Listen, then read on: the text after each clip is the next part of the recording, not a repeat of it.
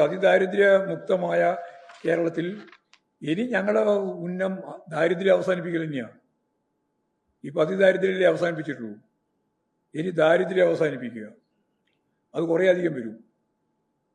അതിൻ്റെ ഭാഗമാണ് കേരളത്തിലെ മുഖ്യമന്ത്രിയുടെ മന്ത്രിസഭാ യോഗത്തിന് ശേഷമുള്ള പ്രഖ്യാപനം. അത് കേരളത്തിൻ്റെ ചരിത്രത്തിലെ ഏറ്റവും വലിയ ആവേശകരമായ ഒരു പ്രഖ്യാപനമായിട്ടാണ് ഇത് മാറിയത്.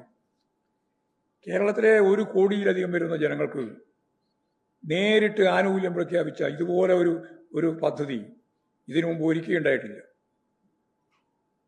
1 കോടിയിലധികം ആൾക്ക് ഒറ്റയടിക്ക് ഒരു മന്ത്രിസഭാ യോഗത്തിൻ്റെ തീരുമാനത്തിൻ്റെ ഭാഗമായി ഈ നവംബർ 1 ഇന്നലെ മുതൽ ആനുകൂല്യം പ്രഖ്യാപിച്ച് നടപ്പിലാക്കിയ ഒരു സംവിധാനം ഇതിനു മുമ്പ് പറയാൻ പറ്റില്ല.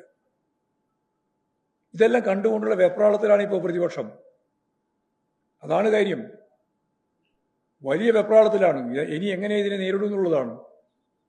അത് വെച്ചാണ് കളവിങ്ങനെ അടിച്ച് പാസ്സായിക്കൊണ്ടിരിക്കുന്നത്. എല്ലാം കണ്ണിൽ പൊടിയിടാൻ വേണ്ടിയിട്ടാണ്. കണ്ണിൽ പൊടിയിടാൻ വേണ്ടിയിട്ട് നവംബർ 1 മുതൽ നടപ്പിലാക്കുമോ?